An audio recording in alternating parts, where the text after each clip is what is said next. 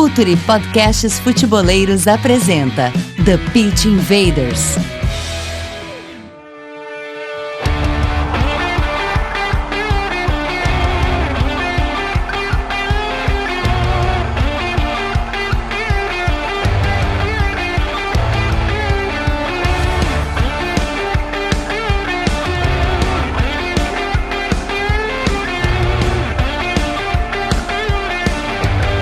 Olá, futeboleiros! Olá, futeboleiras! Esse é o Projeto Future e apresentamos para você mais um episódio do podcast The Pitch Invaders, episódio de número 78. Já agradecer muito pelas participações do episódio 77 e você participando com a gente, porque os episódios agora saem no YouTube, no Future FC, também pelo nosso SoundCloud, como sempre, lá assinando o nosso feed, soundcloud.com/FutureFC. Também no nosso iTunes, assine o nosso feed, dê a sua avaliação. E nessa terça-feira, na próxima agora, a gente lançando o podcast na sexta, na próxima terça-feira teremos mais um episódio do Entre Linhas, outro podcast aqui do Podcast Futeboleiros do Future, além da nossa live de segunda-feira, onde a gente vai falar muito sobre o mercado de transferências.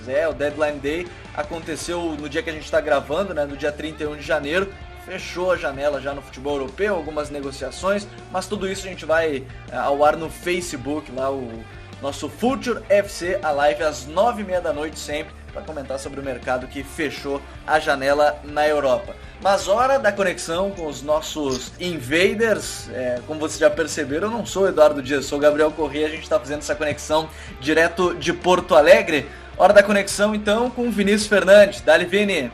Dali, Gabriel.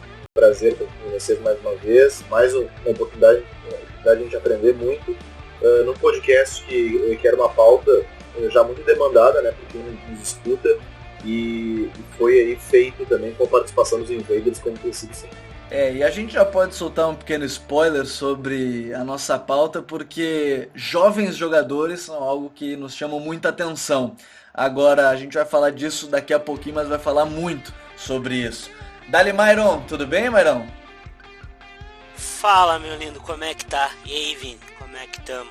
Firmão?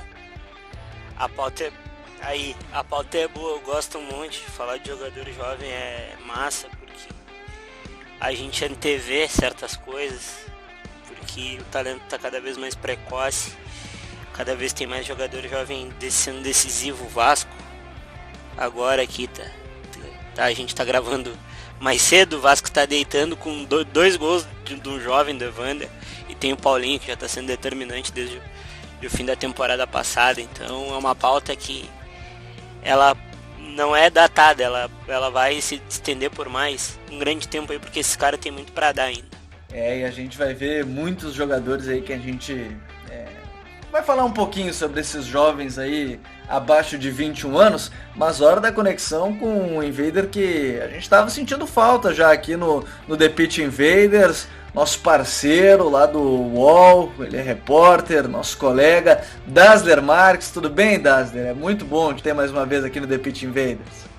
Tudo bem, Gabriel, Myron, Vini, é um prazer estar com vocês novamente, sempre ouvindo, Senti falta aí no fim do ano, vocês tiraram umas férias aí, briguei um pouco pelo tamanho das férias, mas feliz que vocês voltaram e mais feliz ainda de ter a honra de participar pela terceira vez, e ainda mais com uma pauta tão interessante quanto essa.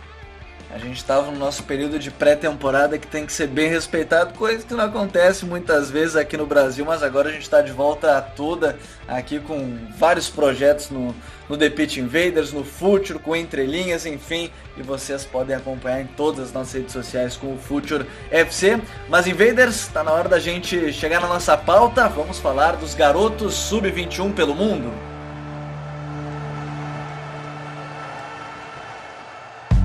Está no ar o The Pitch Invaders, podcast semanal do Projeto Futuri. Cultura, análise e informação, com a profundidade que o futeboleiro merece.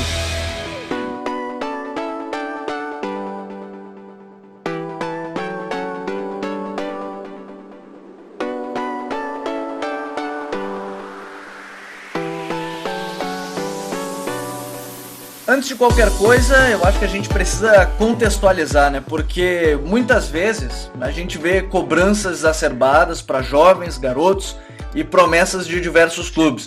Eu acho que primeiro a gente precisa contextualizar que nem sempre uma promessa ela se cumpre aos 17, aos 18, aos 20, aos 21.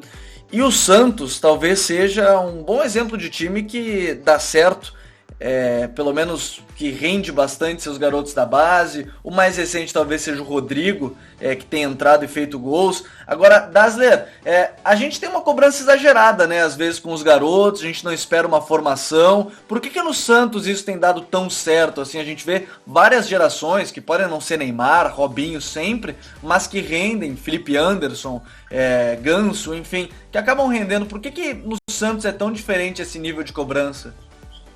Eu acho que tem vários fatores, se a gente for pegar do Santos, né? Porque que é um clube que ele precisa disso, né? Porque se você for olhar a distância da folha salarial do Santos para, por exemplo, os 3 rivais aqui do estado de São Paulo, o trio de ferro da capital, geralmente o Santos pode ter uma folha aí de 3, 4 milhões, enquanto Corinthians, Palmeiras e São Paulo tem folhas aí de 9, 10, 11 milhões por mês. Né? Então a única chance do Santos se equiparar é a base, né? É ser inteligente, é ter grandes jogadores.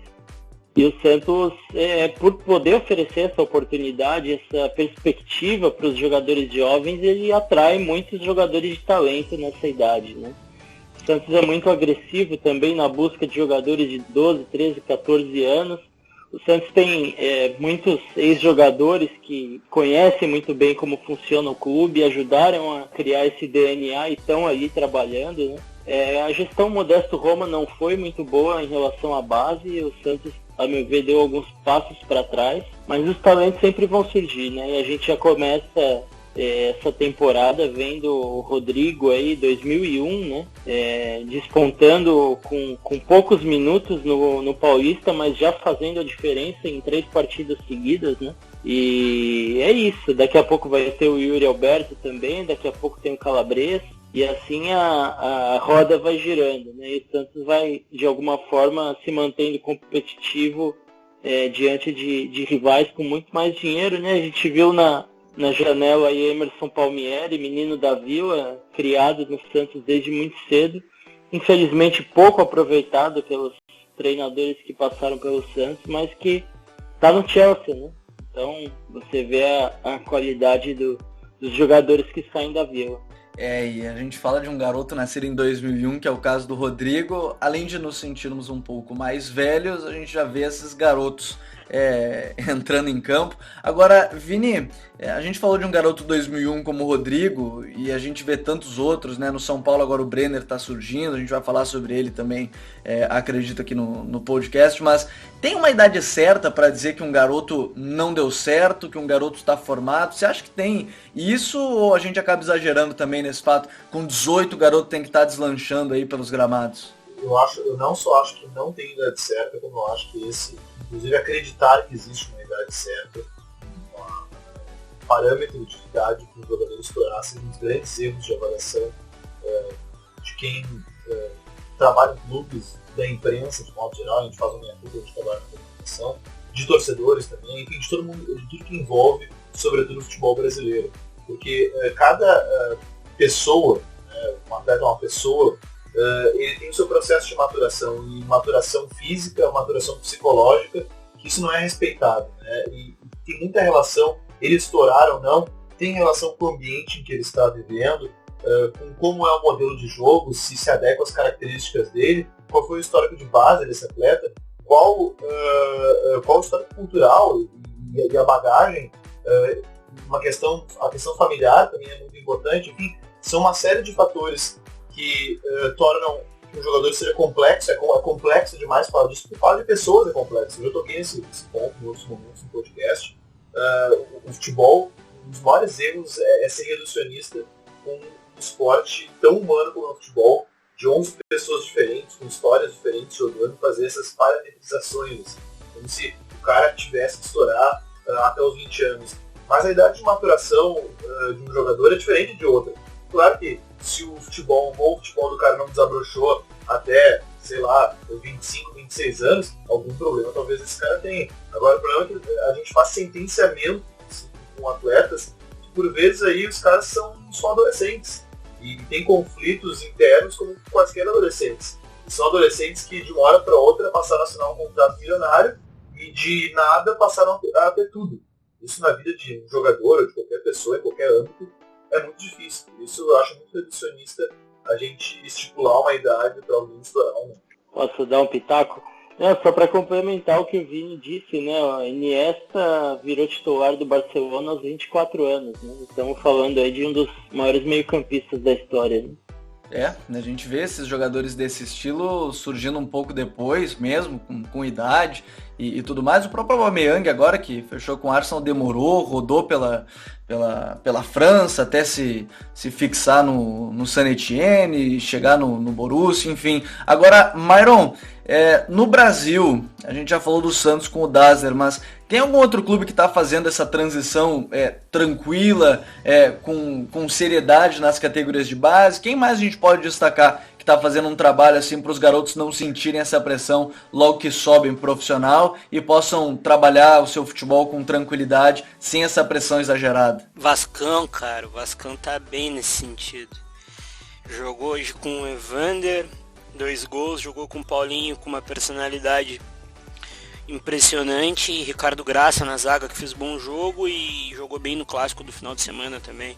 Uma pena o Eurico ter feito aquela cachorrada e ter vendido o Vital, que é um menino que eu coloco muita fé, acho ele muito bom. O Vasco vem fazendo isso. O São Paulo tinha tudo para fazer, porque é um time que tem o melhor sub-20 do Brasil. Não sei se vocês acompanharam mais a Copa São Paulo, mas Lisiero, Igor, o Toró, todos bons jogadores. O Lisiero, esse é fantástico. Podia ter Paulinho Boia, podia ter Militão, sabe?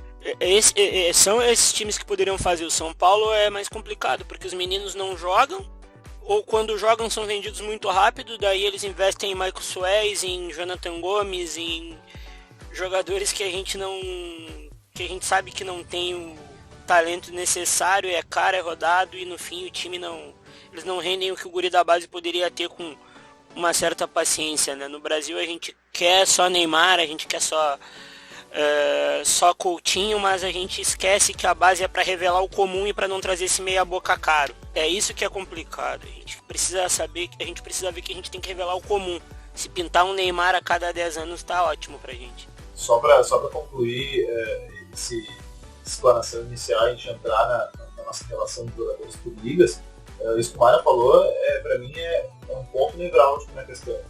Quanto os clubes investem em jogadores medianos, jogadores para elenco, tem que se investir, o elenco também é composto por jogadores medianos, e esses caras medianos quase nunca são da base. Esses caras medianos são caras rodados que se gasta para ter eles, normalmente um salário mais alto, e não se recorre à base para montar elenco. Isso é um troço que é realmente impressionante.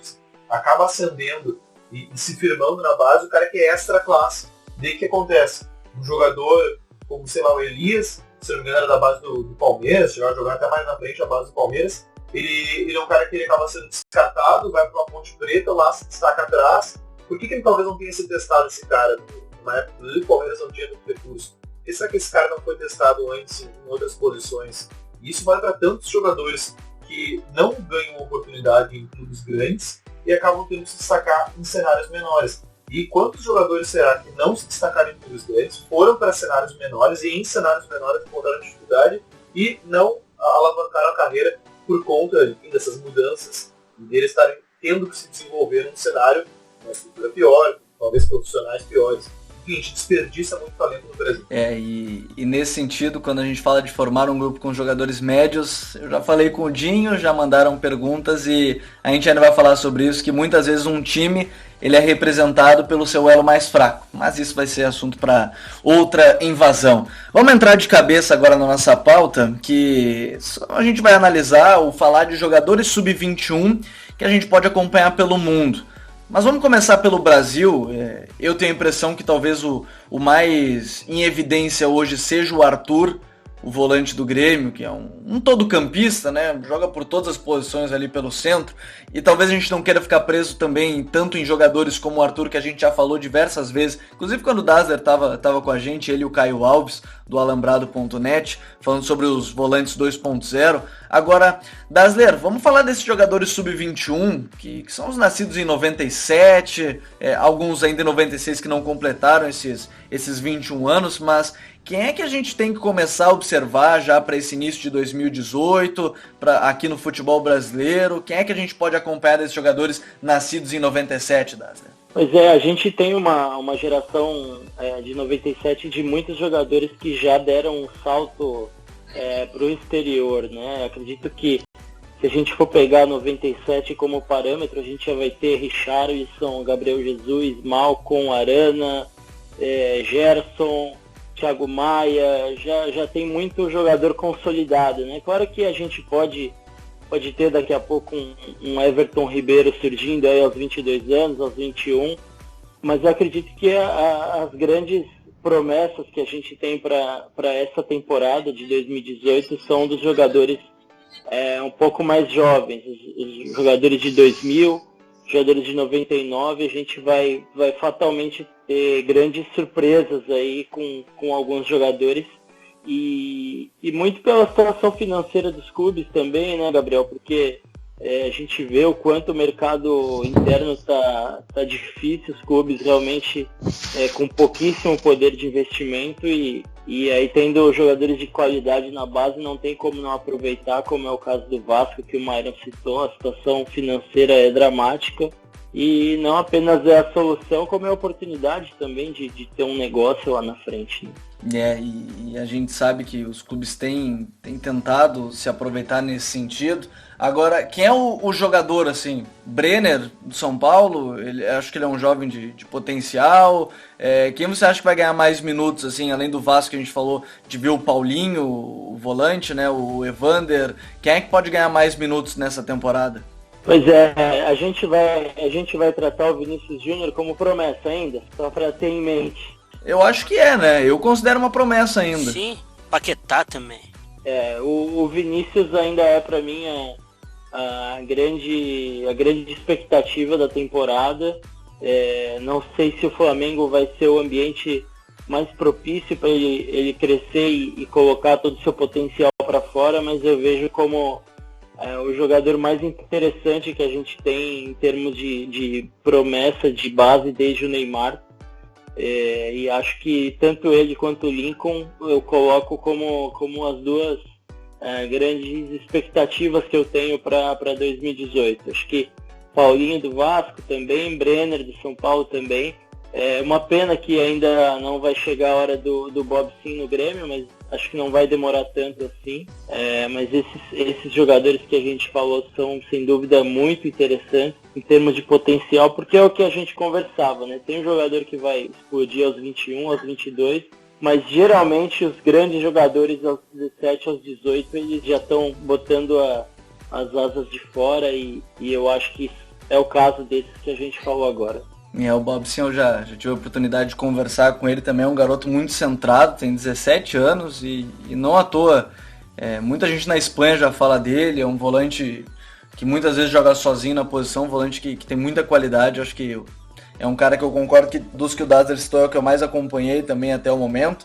Agora, Myron, quem é que tá na tua listinha aí de jogadores que temos que acompanhar, os ones to watch aí, que são sub-21? Dos brazucos de fora, vem a questão. Vamos começar pelos brasileiros. Mano, tem um menino do São Paulo, Lisieiro, que jogou a Copa São Paulo, que ele é um guri muito diferente, assim. O Lisieiro, ele joga em várias posições. Eu vi ele jogar na Copa São Paulo como lateral, eu vi jogar como volante, eu vi jogar como um meia, um pouco aberto pela esquerda. Ele é um menino de pé esquerdo com muita leitura de jogo, ele lê muito o jogo, ele tem essa questão da versatilidade dele. A versatilidade dele é um negócio que ajuda muito, e o passe dele é impressionante, porque ele nunca e não é passe lateral, é passe que elimina o jogador, é aquele passe na ruptura, na vertical, que a gente costuma dizer. Ele usa muito isso. E tem aqui no Inter um menino, Richard, que o Pedro Venâncio falava muito que ele sofria de acordo com a maturação física dele. E agora ele tá um pouco mais forte. Ele é o camisa 10 do Inter, é um meio aberto pela esquerda, de pé esquerdo, que ele é muito rápido, ele é muito driblador. E ele tem uma pisada na área muito interessante, assim, uma coisa que o Inter não costuma ter. Tem o Viseu. Viseu ainda tem 20, cara. O Viseu vai ser vendido para o Udinese. E se o Viseu maturar do jeito que precisa e ler o jogo do jeito que precisa, ele tem tudo para ser um dos 9 da gente no futuro, assim, porque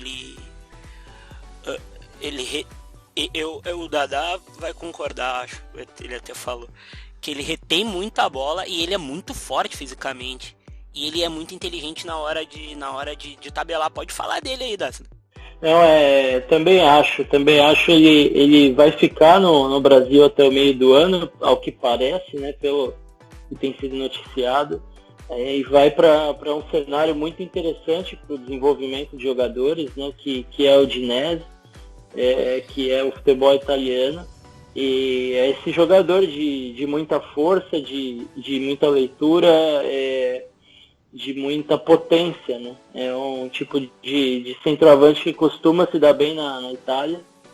E, claro, tem o Lincoln também. Acredito que o Flamengo também vende o Viseu por notar que tem um outro jogador de muito potencial. Tem o Vitor Gabriel, que acabou de jogar a Copa São Paulo e é da posição também. Então acaba que tem muita opção, né? E o Viseu vai ter a oportunidade dele. Acho que pode se desenvolver muito também. O Felipe Viseu é um cara que me chama a atenção também. E desses jovens, eu acho que... Eu não sei o que você pode falar sobre o Brenner, mas sempre que eu leio o pessoal que acompanha muito, assim, categoria de base, o Gabriel Furlan, o Caio Alves, o Jonathan Androwick, enfim, eu acho que o Brenner tem se tratado como um leão das categorias de base, né? Por ser um centroavante que fez muitos gols. O que dá pra falar desse garoto também? Eu acho que é uma das grandes promessas, não? Eu acho que sim. Ele é o jogador que mais fez gols na base do Brasil ano passado, né? Às vezes de centroavante, às vezes de ponta. Com o Dorival tem feito muitos jogos na ponta. A gente está gravando aqui, ele fez gol hoje no Madureira, já fez gol contra o Corinthians no fim de semana e é um pouco estilo Gabriel Jesus, assim, sabe? Dedicado, sabe ler bem as jogadas, aparecer nas ocasiões certas, sabe fazer muito gol. E é o que vocês disseram, né? O problema é como o São Paulo tem tratado esse tipo de atleta. A gente ainda vai ouvir falar muito do David Neres, que eu esqueci de citar na turma ali dos 97 do início do podcast. E tinha um diamante em mãos, fez uma boa venda, mas usou pouco, né? O David Neres é um cara que a gente vai falar também quando Garrincha de sub-21 da Europa também, né, ô Myron? Ah, sim, o Neres, a primeira vez que eu vi foi em jogo de São Paulo, um jogo que tava acompanhando meio desleixado, vi ele jogar, assim, e gostei no primeiro toque na bola. E ele tá muito bem na Europa, né, cara? Como o Momitinho, o Mozart Maranhão, falou uma vez que ele é o Garrincha de Cotia. O Samba Neres é palhaçada, cara. Eu até sou um dos adeptos de que ele deveria estar na discussão pra Copa, pra próxima, né? Pra essa de 2018. Tá muito bem o David Neres lá na Holanda. Bom, do Brasil, eu acho que a gente pode chegar a um consenso aí do Vinícius Júnior, do Lucas Paquetá, o Myron citou o Lisiero, a gente pode falar do Vitor Bobsin, que ainda é muito garoto, talvez não ganhe minutos agora, o Brenner, o Paulinho e o Evander do Vasco. Eu acho que a gente tem bons nomes para se acompanhar, talvez um dos outros nomes, e não sei se vai... O Rodrigo dos Santos, o Arthur talvez não sei quanto tempo vai ficar aqui no Brasil também, o volante do Grêmio que tem 20 anos. Eu acho que a gente pode fechar nesses nomes que a gente tem que acompanhar para 2018, né, pessoal? Ô Dada, fala um pouquinho do que o Rodrigo fez contra o Ituano. Ele tem mostrado um refinamento técnico que chama atenção, né? Ele não é um jogador de 20 mil recursos como o Vinícius Júnior, mas ele tem uma qualidade, uma leitura de jogo e uma personalidade, uma simplicidade uns gestos que chamam atenção, né? E parece um garoto que tem uma boa atitude em relação a tudo que tem acontecido nesse início de ano. E tá no lugar de onde saem as feras, né? Então a gente tem que dar um pontinho a mais por conta disso também. O Rodrigo, eu vejo um invader que tá sempre falando que é o Vinícius Cassim, acho que talvez um dos amantes do Rodrigo pra gente acompanhar, e a gente vai estar de olho nesses jovens. Vamos sair um pouco do Brasil, porque na América do Sul a gente tem jogadores jovens também de muita qualidade, mas vamos começar pelos hermanos, os argentinos. Vamos chamar um cara que é especialista no futebol sudaca, né? Bolívar Silveira, tudo bem, Boli? Fala um pouco mais sobre os argentinos pra gente, quem são as promessas que a gente deve acompanhar. Olá, entusiastas do futebol arte. Aqui quem fala é Bolívar Silveira e vim trazer para vocês alguns nomes sudacas. Eu vou dividir em futebol argentino 3 e outros 3 do continente em geral, menos o Brasil, claro. Aí deixo com os garotos. Bom, vamos começar lá. Começar pela defesa. Fabrício Bustos, lateral direito do Independiente. É um cara que os flamenguistas tiveram maior contato pela Sul-Americana. É um lateral muito bom, que o São Paulo já está de olho nele. É um cara que defende muito bem, que ataca muito bem, que consegue criar espaços no campo, entende muito bem os espaços do campo, sabe quando que tem que abrir o jogo, quando tem que fechar o jogo. Pode atuar naquelas duas funções, fazer um lateral por dentro, um lateral por fora, que o Olan trabalha muito isso, né? O Olan trabalhou lateral, dando apoio, dando suporte por dentro, como dando amplitude por fora, como um ponta. Também já atuou até como um terceiro zagueiro, que também pelo lado esquerdo atuava o Tagliafico. Aliás, que baita time era aquele do Independiente, né? Tagliafico na esquerda e Bustos na direita. Bustos é um cara que quem buscar agora tem a certeza que vai vender por muito mais dinheiro, porque é um lateral brasileiro, como diz o chefia Eduardo Dias, é aquele lateral que apoia muito bem, né? Os laterais brasileiros. Ele é muito bom, mas não, é argentino mesmo. Vamos passando pro zagueiro Martínez Quarta, que acompanhou a Libertadores ano passado. Ele teve caso de doping, né? Não pôde jogar algumas partidas, mas é um zagueiro muito seguro, que eu não duvido que esteja na Copa do Mundo também. O São Paulo já teve algumas reuniões com ele. É um cara alto, muito bom na bola aérea e tem um passe longo muito bom também.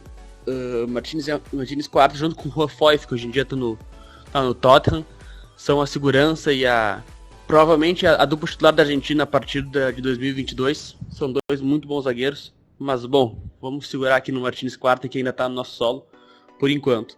Com o Maidana saindo, ele deve formar a zaga titular junto com o Pinola para o River Plate. E a gente sabe que acompanhando o River Plate do Gallardo, provavelmente eles vão longe nessa Libertadores. Agora, indo lá pra frente, queremos falar de Lautaro Martínez, o homem gol do Racing, gurizão de 20 anos, muito bom jogador, que quando pega a bola de frente pro gol, vai pra cima do adversário e tem um chute perigosíssimo. Fez um golaço no Bomboneira no ano passado, e a gente sabe que quando o jogador jovem faz uma grande partida na Bomboneira, a gente pode esperar grandes coisas, né? Como o Di Maria fez várias vezes, o Pastore chegou a fazer, Lo Celso fez, o último a fazer foi o Bebelo Reynoso, que agora acabou de assinar contrato com o Boca Juniors. Eu mando um beijo pro Bebelo Reynoso, que é o futuro 10. Quem não gosta de Bebelo Reynoso é porque ainda não viu ele jogar, né? Mas vamos lá, Lautaro Martínez. Alguns torcedores do Racing dizem que é o novo Batistuta, né? Com mais qualidade. Os argentinos mesmo admitem que o Batistuta era um cara que não tinha tanta qualidade com a bola, mas tinha um posicionamento, um cabeceio e um poder de chute muito forte. Lautaro Martínez tem tudo isso e mais drible. Não é tão alto, mas tem um vigor físico e uma vontade, uma gana de vencer muito forte, muito intenso, está sempre disputando com os zagueiros grandões. Esses são os meus 3 nomes dos argentinos. Vamos agora para os nomes do resto do continente. Bom, o Boli fala do Lautaro Martínez do Racing, que eu acho que não vai também ficar muito tempo aqui na Argentina. Eu vejo muita gente falando dele na Internazionale. E um nome, que aí eu não sei se vocês concordam também, e eu acho que esse me chama mais atenção, que é o Bustos, lateral direito do Independiente, que logo certamente vai estar na seleção, né? Acho que o Boli também concorda com a gente, mas logo deve estar e não duvidaria em 2018, tá na Copa do Mundo. Ele foi um dos destaques do Independiente, campeão da Sul-Americana, junto com o Tagliafico pela esquerda, o Ezequiel Barco lá na frente. Enfim, acho que o Bustos é um dos caras que pode surgir também tão logo na Argentina e na Europa. E o Bustos tem uma diferença dos outros laterais sudacas, assim, que o Bustos não é um lateral de fundo, né? O Bustos é bem construtor, assim, é uma característica que faltava no jogo do São Paulo, ele sempre pedia, né? Eu gosto muito dessa característica de lateral. E o nosso Independiente do Holan tinha muitos jovens bons, tinha o Ezequiel Barco, esse é diferente, tem tudo. Uma pena ele ter ido pra MLS, porque ele eu costumo dizer que ele vai ser maior que a Liga lá. Ele é muito fora do comum, eu gosto muito dele. Acho que vão ser os caras pra gente acompanhar também, principalmente o Bustos. Vou dar aquela dica pro São Paulo, né? Pode chamar o Bustos, que certamente vai ajudar a Argentina na Copa de 2018. E no resto da América do Sul, Boli, quem é que a gente pode destacar aqui pra gente, pros invasores, esses jogadores sub-21 aí que a gente tem que ficar de olho? Bom, saindo da Argentina, agora vamos para o resto do continente. Vamos começar defensivamente, que nem eu comecei com os argentinos, né? Primeiro é o Wilker Fariñas. Eu já fiz um texto sobre ele no Futuri. Ele é um venezuelano, jogou a última temporada pelo Caracas, já assumiu a número 1 da seleção Vinotinto. É um goleiro de 1,79 m, mas que te dá todo o suporte que falta de altura em elasticidade e posicionamento. E muito reflexo. Tanto é que ele fez uma partidaça contra a Argentina e fez outros 2 bons jogos nas últimas rodadas das eliminatórias, mesmo com uma Venezuela falida já, sem nenhuma chance, sem nenhuma ilusão. Também, e que agora acabou de fechar com o Milionários, que é o último campeão colombiano. Então vamos acompanhar um pouco do colombiano quando der e acompanhar o Wilker Fariñas, que vai jogar essa Libertadores. Continuando com o venezuelano, quero falar de Jefferson Soteldo, o garoto que foi o craque da Copa América Sub-20 no começo de 2017, que acabou indo para os Vacereiros do Huachipato depois. Precisou de um ano no Huachipato, mesmo com o Huachipato bem instável, para mostrar o futebol que tem e que não é apenas com os garotos que ele é aquele craque. É um guri baixinho, pode atuar pelos 2 lados de extrema, preferencialmente um extremo esquerdo ou um meio atacante por dentro. É um cara de drible muito rápido, de bom chute, que ainda tem que melhorar algumas tomadas de decisões, porque pode fazer o gol e busca o drible. Mas é um cara de se ter em conta, é um muito bom venezuelano. Quero abrir um parênteses aqui para falar dessa geração venezuelana que vem com tudo. Tudo bem que a Venezuela nunca teve uma grande fama futeboleira, assim, nunca teve uma grande fama de revelar jogadores, mas temos Soteldo, temos Córdoba na Alemanha, temos Savarino indo para a MLS, fazendo um baita temporada no Real Salt Lake, temos Fariñas agora. Então eu acredito que 2022 a Venezuela vá muito mais reforçada nessas eliminatórias. Para finalizar, eu quero falar de Facundo Valler, que é um volante, camisa 5 uruguaio, que entrega tudo que a gente espera de um meio-campo uruguaio. Muita garra, determinação. Ele é do Plaza Colônia e tá fazendo hora lá já. O Nacional e o Peñarol se degladiam por ele, mas os dirigentes não querem vender ele por um baixo preço. Mas uma hora ou outra ele vai acabar saindo de Colônia do Sacramento. É um alemãozinho, 1,80 m, trabalha muito bem, passe curto. Tem também uma boa visão de jogo para mudar o lado do campo, tirar a bola da zona de pressão. E chega com tudo, né? Chega firmezinho, chega que nem uruguaio. Bom, esses são os nomes que eu trouxe aqui, menores de 21 anos, que é pra gente ficar de olho agora em 2018. E pra quem tem FM, contratar na FM, e os que podem, né, contratar no FIFA. Então fica um abração aí, esses são os nomes que eu trago pros futeboleiros, pros invasores. Bom, dos nomes que o Boli citou, ficou a impressão que o Wilker Fariñas pode ser um dos que vai mais se destacar. Você acha que logo ele vai ter espaço? Ele é um goleiro até baixo, né, Dazzler? Mas pode ser um goleiro que a gente pode ver no futuro pela agilidade, pela velocidade de reação, quem sabe saindo também do Milionários. É verdade, ele já chamou a atenção no último Mundial Sub-20, que a Venezuela fez uma campanha marcante, fez grandes jogos nas eliminatórias para a Copa do Mundo, né? realmente é um perfil de goleiro que a gente sempre fica um pouco em dúvida, né, sobre o alcance que vai ter, mas com as mudanças que a posição tem tido nos últimos tempos, não pode se descartar nada, né? E o Farinhas é um goleiro interessante e que vai para um mercado agora da Colômbia, né? E, enfim, interessante para se desenvolver. Quem sabe, ele ainda é 19 anos só, né? É de 98 e pode fazer muita coisa ainda. A gente espera muito pela Venezuela no próximo ciclo, ver se eles vão conseguir sair ali da rabeira e fazer, quem sabe, uma eliminatória melhor para 2022. Até porque a Venezuela, quando assumiram os garotos, não perdeu nas eliminatórias para a Copa do Mundo de 2018. Ciclo de 2022, a gente vai aguardar bastante a seleção venezuelana. Mas vamos sair um pouco também da América do Sul, porque a nossa lista está ficando grande para o pessoal acompanhar futebol brasileiro, Argentina, América do Sul, de maneira geral, jogadores sub-21 para se acompanhar. Vamos para a Terra da Rainha, vamos para a Inglaterra, onde o Vini pode nos falar um pouco mais, né? Porque a gente já viu o Guardiola elogiar o Phil Foden, o Jadon Sancho, que acabou indo para a Alemanha. Enfim, o que é que a gente pode destacar desses jogadores sub-21, Vini, que estão jogando aí na Inglaterra e na Premier League? A gente até, em off, a gente estava questionando isso, né? Como seria o nosso critério de escolha desses atletas? E o Foden, por exemplo, assim como o Brewster, o inglês jogando no Liverpool, são jogadores de muito destaque que na conquista inglesa, principalmente na final contra o Brasil, mostraram muita qualidade, são jogadores muito promissores e isso é inegável. Mas assim, fica difícil a gente dizer para o Invader ficar de olho, porque a gente sabe como é a Premier League, e eles são jovens ainda, eles provavelmente não vão ganhar oportunidades assim com frequência nessa temporada e talvez na próxima, talvez ainda não, porque sobretudo na Inglaterra os jogadores eles costumam ganhar, eles demoram mais para ganhar chance e acabam ganhando chance mais tardiamente, eles ficam mais tempo maturando ou nas ligas sub-20 ou na liga sub-20 ou na liga reserva. É muito comum. A Inglaterra tem uma liga reserva muito forte em que os jogadores ganham muitos minutos e que ele acaba sendo um time de transição e ali muitos jogadores ganham tempo para fazer essa maturação técnica.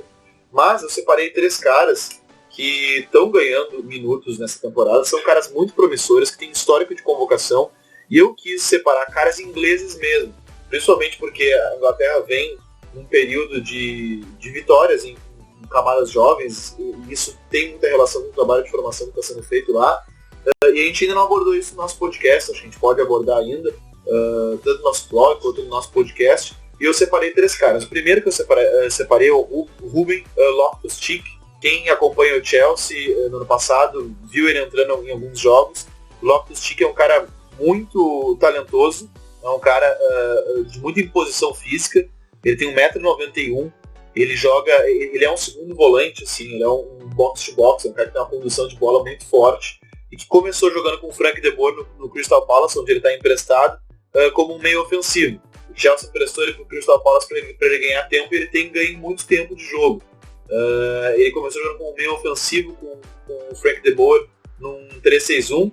O Frank de Boer saiu depois do início desastroso, veio o Roy Hodgson, que está usando ele como um extremo esquerdo, ou seja, é uma posição nova para ele, mas apesar de ser um cara muito alto, ele também é um jogador que tem vitória pessoal, ele não é exatamente um jogador pesado, apesar de ser um jogador forte. E ele está jogando também muito bem pela extrema esquerda, ele se lesionou no final do ano, então o Invader que nos escutar e quiser acompanhar, ele não vai poder acompanhar nas próximas semanas porque está se recuperando de uma lesão, mas ele ainda deve jogar essa temporada. É um jogador muito interessante, é um cara que eu gosto demais e acredito muito nele. Tomara que o Chelsea use esse atleta, porque o Chelsea também é um clube que não tem histórico de aproveitamento. A gente viu o De Bruyne, o Lukaku, tantos Salah, tantos caras que o Chelsea contrata muito jovens e acaba não dando a devida chance, eles vão se destacar em outros clubes.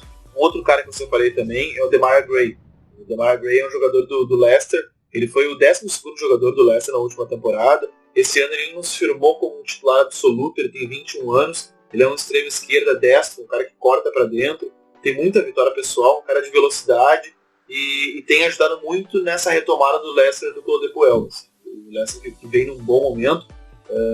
Era um time que muitos acreditavam que ia ser de meio de tabela para baixo, desde que o Claude Puel assumiu o Leicester vem fazendo uma grande campanha. O Claude Puel assumiu o lugar do Craig Shakespeare, né, que recuperou o time no ano passado, e o Demarai Gray é um cara que tem sido muito importante, sobretudo no segundo tempo. Ele entra, às vezes, com o Leicester ganhando o jogo, ele é muito importante de contra-ataque, porque além de velocidade, ele também tem finalização de média distância. É um cara que ele entra bem na área e ele joga em qualquer uma das posições. Preferencialmente é um extrema pela esquerda, mas também joga por dentro, pela direita e até de centroavante. Ele já entrou no segundo tempo substituindo o Vardy, por exemplo. E o último cara que eu vou falar é um cara que também tem sido muito importante pro Leicester, ele também é jogador do Leicester, o Ben Chilwell. Ele é um cara que é um lateral esquerdo, um cara muito maduro para a idade, ele tem 21 anos também, e é um jogador com histórico de convocação de base. O Chilwell é um cara que marca bem, tem um apoio razoável, acho que ele tem muito a evoluir ainda, mas ele fecha muito bem a linha de 4, sobretudo em duelos difíceis do Leicester contra equipes maiores. Ele é um cara que ele não compromete, isso já é muito importante para um cara da idade dele, né? Isso é um grande problema com defensores jovens. Muitas vezes defensores jovens deixam a desejar, porque às vezes os movimentos defensivos não são tão fáceis assim exigentes para jovens jogadores. Mas esse atleta é um cara bem conscientizado, que eu acho que ele é um futuro da posição do Inglaterra. Do Leicester eu ia adicionar mais um na lista do Vini, que é o Ndidi, o volante que acabou substituindo o Kanté. Me agradou bastante também, mas... O Ndidi eu não incluí ele porque um dos meus critérios foi tentar utilizar jogadores ingleses, pelo menos na Inglaterra eu pensei nisso. Mas o Ndidi, com certeza, o Ndidi ele está sendo também outro cara que está sendo muito importante nesse processo de retomada.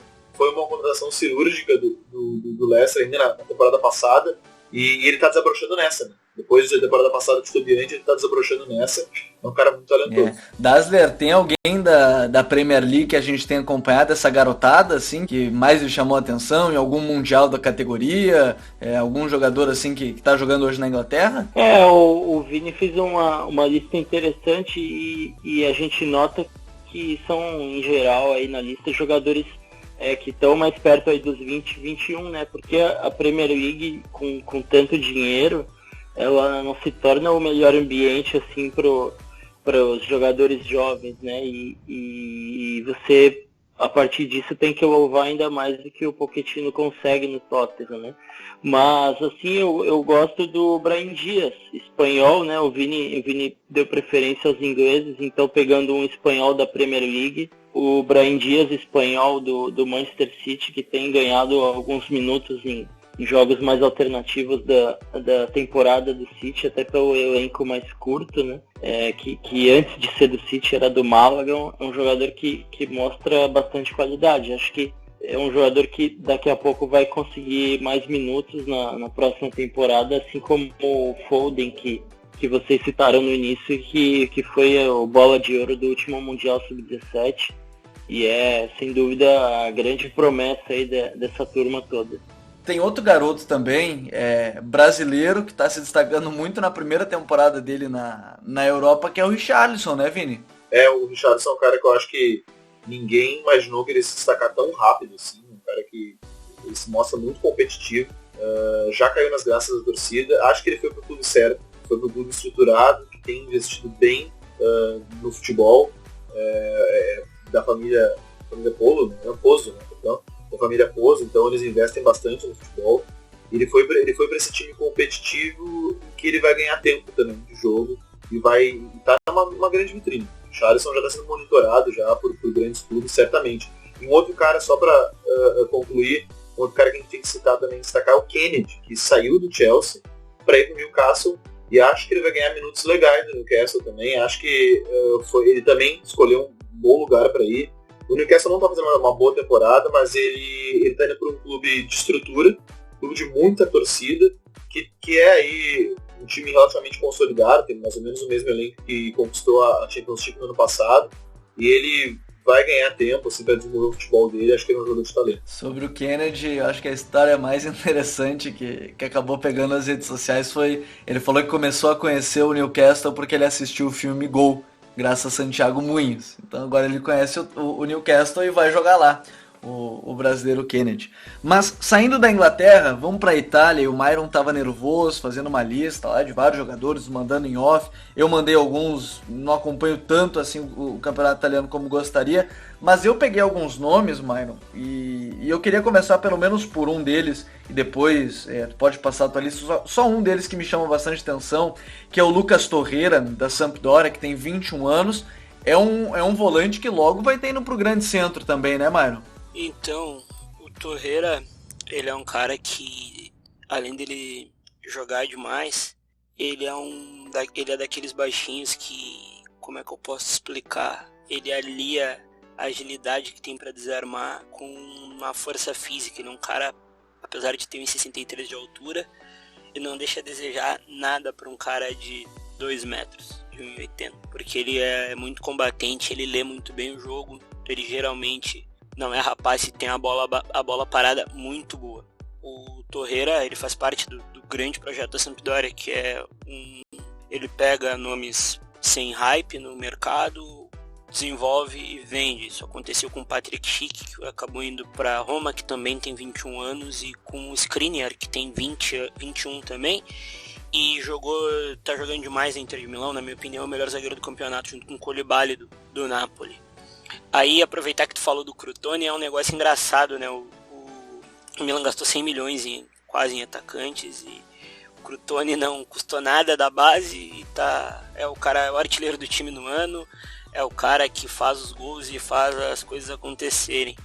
É um jogador que eu fico muito, como é que eu posso explicar? Muito excitado com ele. Ele é um cara de muito talento mesmo, assim. Pellegrini é meia italiana, assim. Pellegrini é um cara que joga em todo lado do campo, ele mal erra passe, e ele nessa nova Roma que tá engatinhando, com o Monchi fazendo algumas contratações estranhas, ele é o cara que tá dando o tom do time, é o cara que tá fazendo o time andar junto com o Strootman e o Gerson, brasileiro também. Aí a Itália tem bastante nome para citar, tem o Di Marco, um lateral esquerdo que tá na Suíça, mas ele vem jogando muito e provavelmente acabe voltando para Inter de Milão. Tem o Bastoni da Inter de Milão, zagueiro jovem, Bastoni 99. Tem no próprio Milan o Locatelli, que tem 20 anos, tem o Orsolini, que agora foi emprestado para o Bolonha. A Itália tem muito nome bom mesmo assim, para desenvolver. Bom, a gente sabe que o futebol italiano tem aí o Lucas Torreira, como a gente falou, o Cutrone, jogador do Milan, acho que é um pra gente ficar de olho, centroavante, já decidiu o clássico de Milão no final da partida, o Pellegrini da Roma, de 21 anos, acho que são alguns jogadores pra gente acompanhar lá na Itália também, porque o futebol da Itália tá mudando bastante mesmo. Agora vamos para a Espanha. Eu separei 4 nomes e o principal deles para mim é o Carlos Soler, que é um meio-campista que com o Marcelino Toral ele virou um meia aberto pela direita, mas que centralizava bastante. Muitas vezes o time virava um 4-3-3 porque ele é um jogador de toque, passe, ele triangula muito bem, ele abre espaços, ele é um jogador muito inteligente. Eu acho que esse para mim da lista do futebol espanhol hoje talvez seja o mais interessante para a gente acompanhar. Os outros nomes, eu acho que o principal, fora deles, o uruguaio Maxi Gomes, do Celta, de 21 anos, teve próximo de ir para o futebol chinês e ainda bem que não foi. É um centroavante de muita mobilidade, ele tem velocidade, finalização, acho que é um centroavante que a gente tem que ficar de olho num Celta que a gente vê muita qualidade ofensiva, com o Iago Aspas aberto pela direita, o Pione Sisto aberto pela esquerda, o Dani Was pelo meio de campo, enfim, o Maxi Gomes ele tem sido muito importante nesse time e tem brigado por muitos minutos, tem jogado bastante. E outro do Villarreal, que é o Rodrigo Hernández, que é um volante de 1,90, posicionamento muito fixo.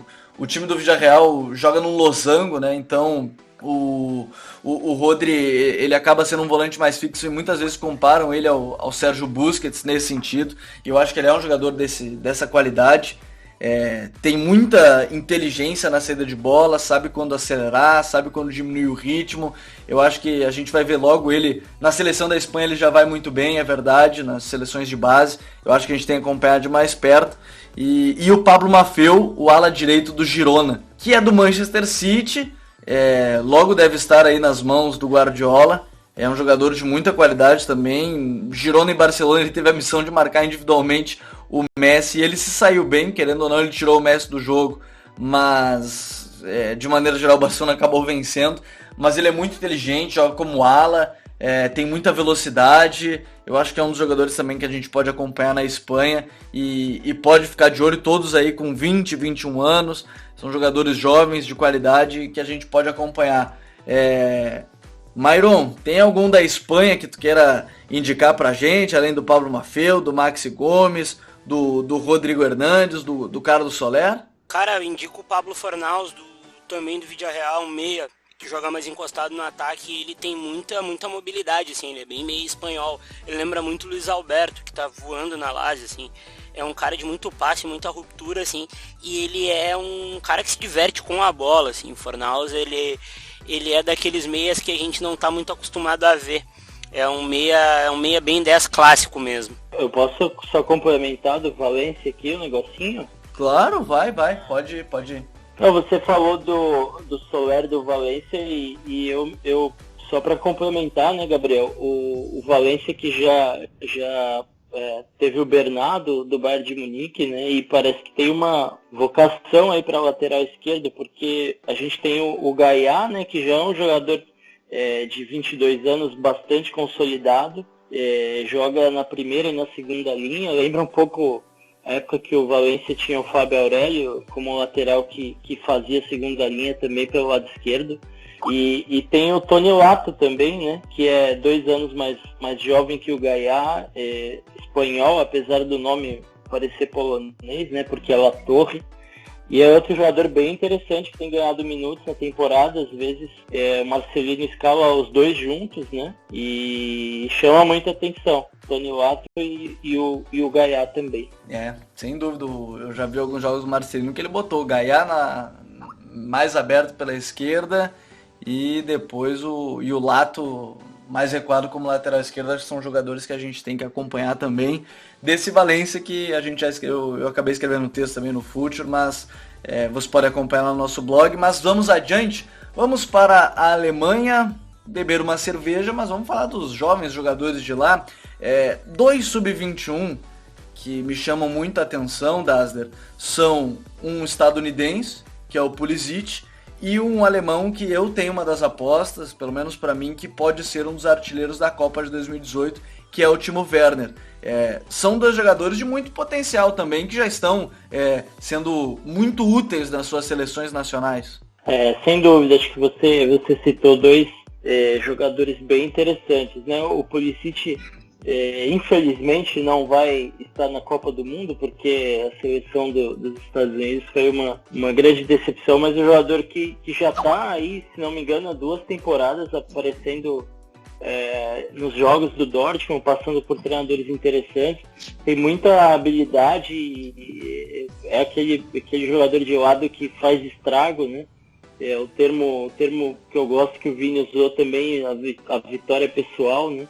E os jogadores de referência do Dortmund estão saindo e ele certamente vai assumir papéis mais importantes, né? Mas o Timo Werner é uma aposta muito forte também.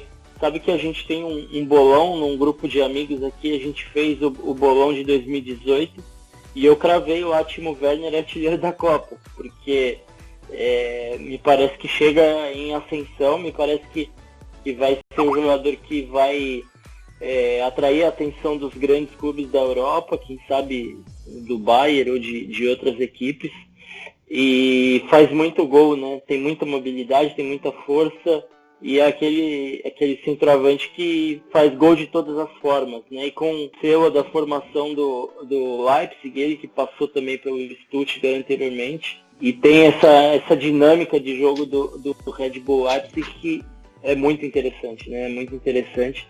Se a gente for abrir o leque aí para outros jogadores do Leipzig, vai ficar falando até amanhã.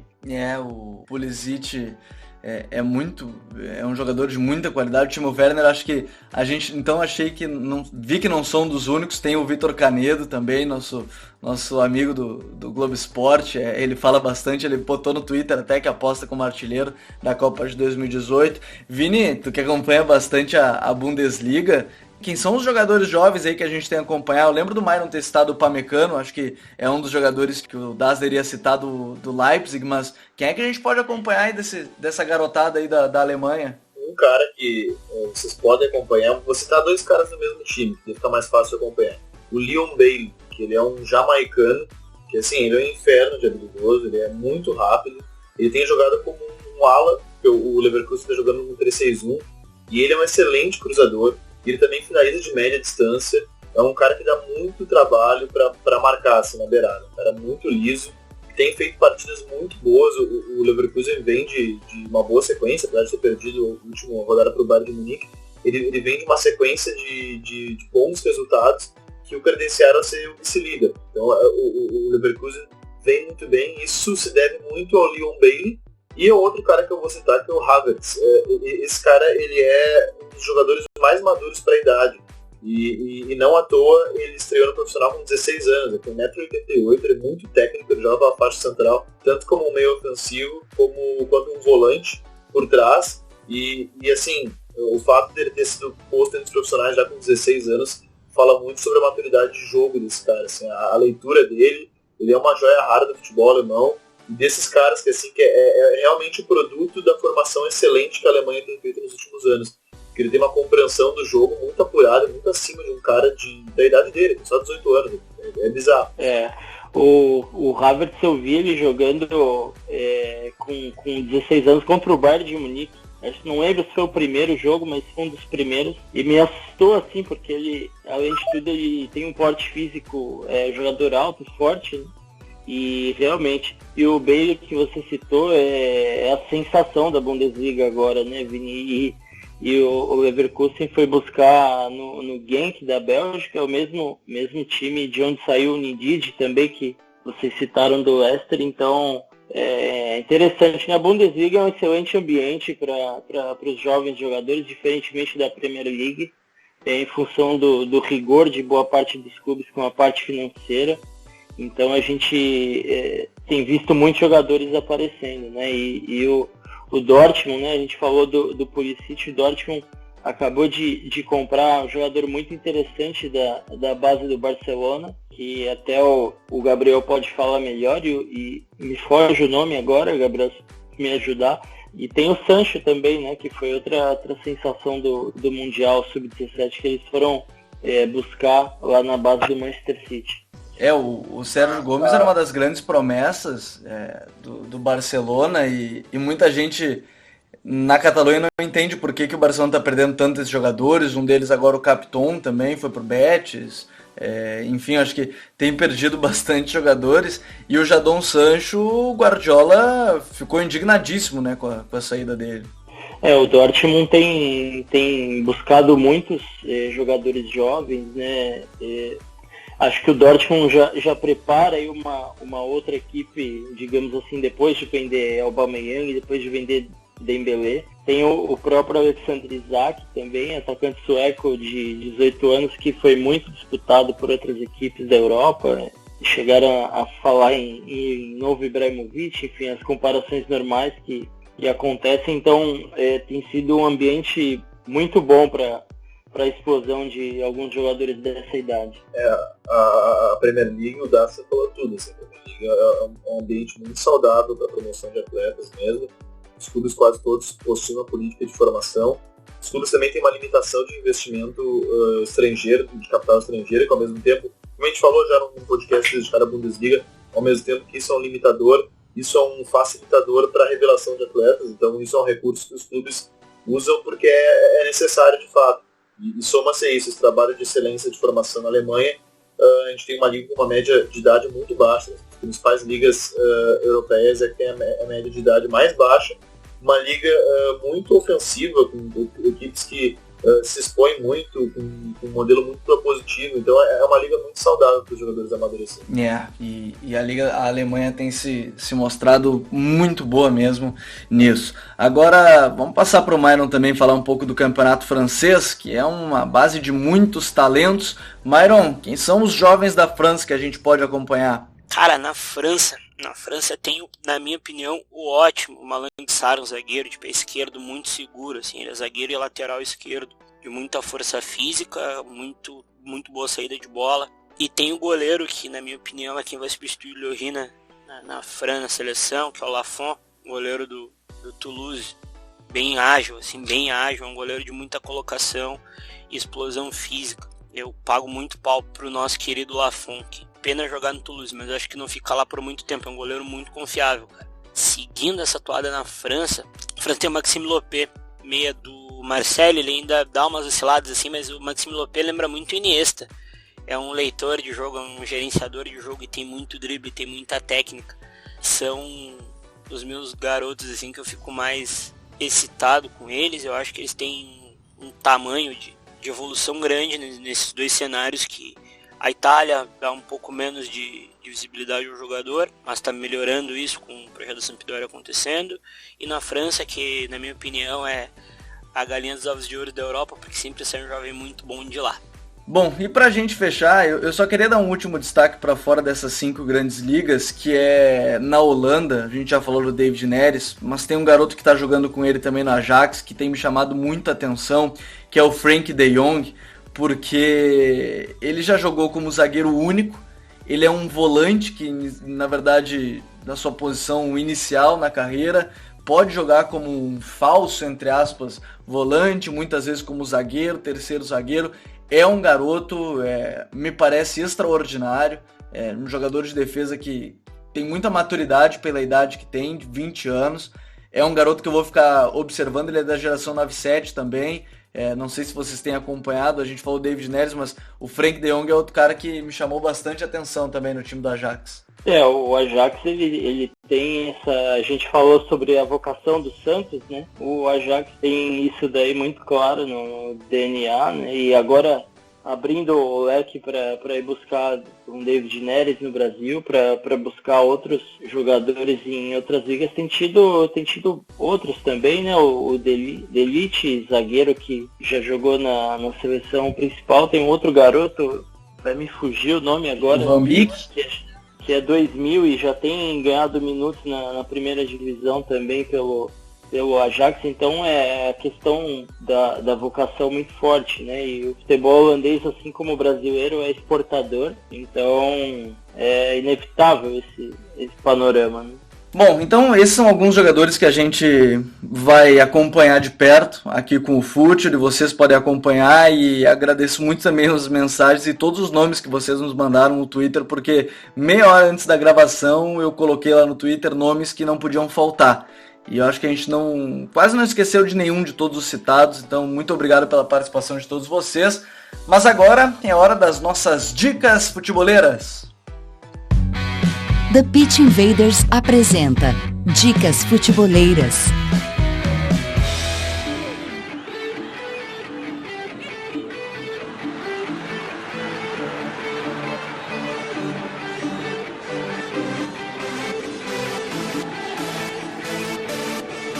Bom, a minha dica futeboleira, ela é um texto de um cara que tem @PepGenius, é o André Andrade. Ele é um cara que vai estar no nosso guia especial para Liga dos Campeões, e muito bacana porque o Bolívar já falou sobre isso no nosso blog, sobre orientação corporal, mas ele fez um texto muito bacana sobre orientação corporal na parte ofensiva. Ele tá para lançar na parte defensiva também, mas é um texto muito bacana porque orientação corporal é a coisa, talvez uma das partes mais importantes dentro do jogo e que às vezes a gente não dá tanto valor. Vini, qual é a tua dica futeboleira? Minha dica futeboleira é um texto que o Rafael Oliveira da ESPN fez para a época, cujo título é "Uma nova geração de jornalistas esportivos se dedica a pôr mais ciência no futebol brasileiro". É sobre uma nova forma de abordar futebol, né? Mais séria, mais analítica, que tem tudo a ver com o que a gente pretende aqui no Futuri, aqui no Projeto Futuri. E é legal que o Rafa entrevistou parceiros e amigos que já passaram aqui pelo TPI, como Renato Rodrigues, Eduardo Secone. Enfim, é um texto bem legal, que tem muito a ver com o que a gente faz, o que a gente se propõe a fazer, o que a gente gostaria de ver na imprensa esportiva, enfim, a maneira que a gente gostaria que o futebol brasileiro fosse um pouco mais levado, assim, levado também de maneira reflexiva, o que a gente propõe e é o que esse texto aborda. E isso é muito importante, pensar o jogo cada vez mais, como a gente tem falaram também nesse sentido aqui com a hashtag e com todo o Future. Dali, Vini, até a próxima invasão. Valeu, Gabriel, o Myron, o Daster também, aprendi muito com eles, porque assim, não sou um expert em futebol de base, assim, confesso que não conheço tanto. Dei uma pesquisada no tema e sobretudo nas ligas que eu acompanho mais para tentar trazer alguma informação para o invasor. Beleza? Abraço. Valeu, a gente aprendeu muito e a gente vai aprendendo cada vez mais. Dasler, qual é a tua dica futeboleira? A minha dica é um texto de dois amigos do Globoesporte.com, o Felipe Zippo e o Tociro Neto, sobre o início do trabalho do Roger em relação aos atacantes, né, de como o Roger Machado tem feito para convencer o Borja, que não é um cara muito esforçado, digamos assim, no trabalho sem bola, e todos os outros, né, com estatísticas, com ideias, e como isso tem feito bem para o Palmeiras até aqui, incorporando aí novos comportamentos nos atletas, mesmo dentro de um elenco de tantos investimentos e salários tão altos, mas fazendo os jogadores de certa forma saírem da zona de conforto. E enfim, muita curiosidade sobre o que o Roger vai conseguir no Palmeiras depois de um trabalho muito bom no Grêmio e um trabalho ruim no Atlético Mineiro. E só para não deixar nada pendente, Gabriel, eu vou sugerir um outro texto do Marcador Inti, que é um site espanhol que eu sou assim apaixonado por ele. E o texto chama El Chico del Milenio, né? O garoto do milênio, é justamente sobre esse garoto que eu citei para você, que é o Nicolas Kim, que é alemão e foi tirado pelo Ajax da base do RB Leipzig e é o candidato à sensação do Ajax em breve, tá? Deixar um abraço para todos e dizer que é sempre um prazer e que vocês tenham um grande 2018 com cada vez mais conquistas no Future. Um abraço. Para todos nós, um grande 2018. Valeu, Dasler. Myron, qual é a tua dica futeboleira?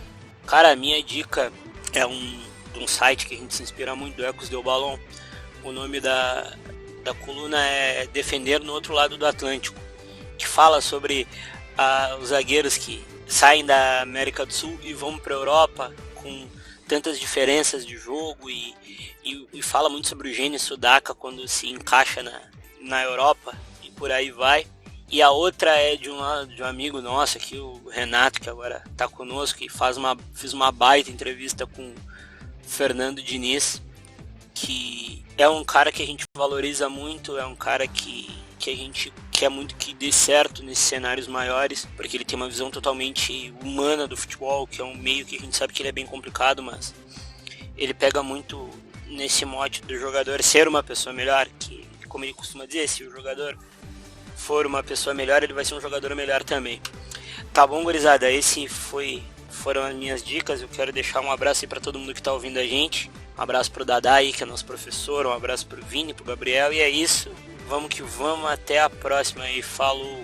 E nunca esqueçam, né? The Pitch Invaders é mais um podcast do Podcast Futeboleiros do Projeto Future. Assine o nosso feed pelo iTunes, também pelo SoundCloud, Future FC. Vá na nossa galeria de fotos futeboleiras do Instagram, Future FC, e não deixe de acompanhar nossas lives na segunda-feira, às 9h30 da noite. E nessa terça-feira, agora depois que a gente está gravando, teremos mais um podcast entre linhas, sempre quinzenalmente no Future.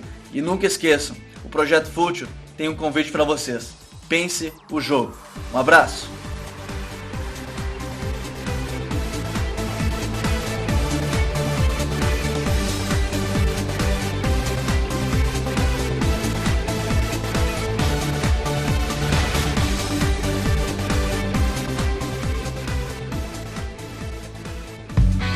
Projeto Future apresentou The Pitch Invaders. Acesse www.future.com.br. Pense o jogo.